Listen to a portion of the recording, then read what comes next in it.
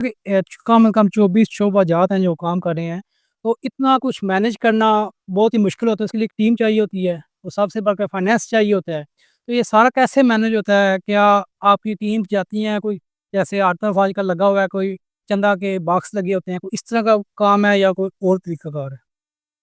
دیکھیے، سب سے پہلے تو نیکی کا کام کوئی مشکل نہیں ہوتا ہے، اس میں لطف اور لذت اتنی ہوتی ہے، سکون اتنا ہوتا ہے، دل کا اس میں سارا اطمینان ہوتا ہے جی کہ وہ کبھی مشکل نہیں ہوتا جی ہے۔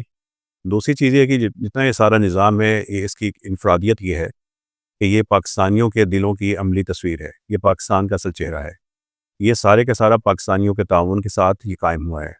وہ خود یہاں پر آتے ہیں، سامان پہنچاتے ہیں، ڈونیشن پہنچا رہے ہیں، آن لائن ٹرانسفر کر رہے ہیں۔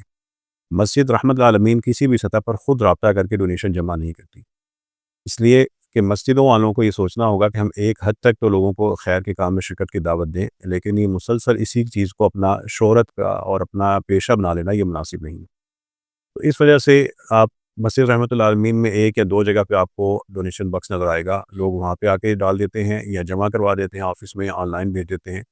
ہم کسی سے نہیں رابطہ کرتے، اللہ والے خود یہاں پہ رابطہ کرتے ہیں، اور خاص بات یہ ہے سبحان اللہ۔ کہ ہم اللہ تعالیٰ سے دعا کرتے ہیں، یا اللہ اس مسئلے کے لیے اپنے بندے بھیج،